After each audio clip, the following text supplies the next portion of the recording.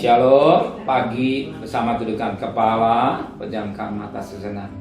Bapa, inilah keberadaan anak yang Kau kasihi. Kami masih bisa hidup, kami bisa bernapas semua karena anugerah-Mu. Lewat anugerah yang Kau berikan hidup kami tidak sia-siakan. Kami mengadakan mesbah keluarga, mesbah pribadi.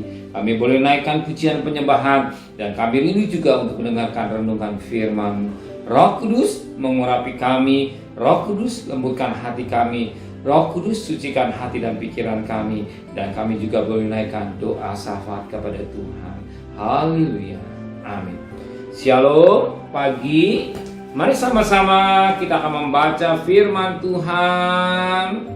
Efesus, Filipi pasal yang pertama.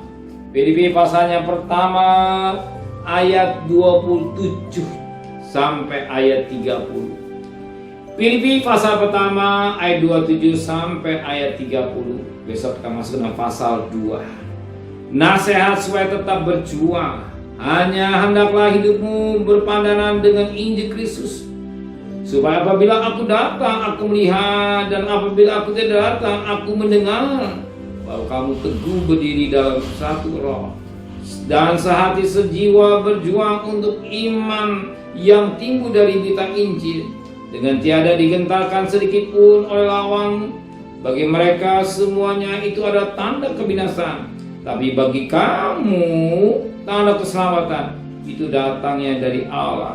Sebab kepada kamu dikaruniakan bukan saja untuk percaya pada Kristus, melainkan juga untuk menderita untuk Dia dalam pergumulan yang sama seperti yang dahulu kamu lihat padaku, dan yang sekarang kamu dengar tentang aku. Firman Tuhan mengingatkan kita, hidup ini penuh dengan perjuangan. Hidup ini penuh dengan perjuangan. Lihat seorang ibu mau melahirkan anak, dia berjuang antara hidup dan mati. Itu baru lahir, belum yang lain-lain. Dan hidup ini dalam mengiring kepada Tuhan juga tidak pas, harus berjuang. Harus berjuang, cari nafkah, berjuang, ikut Tuhan juga berjuang. Ya, untuk masuk garis finish, untuk mencapai kerajaan surga. Sebagaimana firman Allah dalam Matius 7 ayat 13. Berjuang. Jalan sempit berjuang, jalan lebar banyak orang yang memasuki, tapi jalan sempit berjuang. Maka dikatakan dalam firman Tuhan pada ayat yang ke-29, sebab pada kamu dikarunia bukan saja untuk percaya pada Kristus, melainkan juga untuk menderita untuk Dia. Banyak orang menderita, tapi menderita karena salahnya sendiri, menderita karena perbuatannya sendiri, menderita karena dosanya sendiri. Tapi Alkitab menulis pada pagi hari ini menderita untuk Yesus. Bisakah kita menderita untuk Yesus? Pagi hari Tuhan diri kita adakan mesbah keluarga pribadi, ya, keluarga atau pribadi, untuk belajar menderita. Sebab harus berjuang. Merayakan mesbah pribadi atau keluarga berjuang, sehingga kita bisa adakan mesbah tanpa perjuangan, tanpa pengorbanan, gak bisa. Maka dikatakan menderita untuk Dia.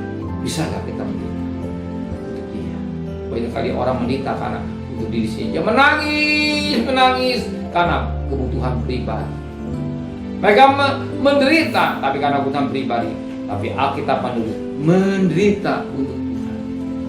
Hadir, sekalipun tidak salah, disalahkan. Sekalipun tidak berdosa, tapi didosakan.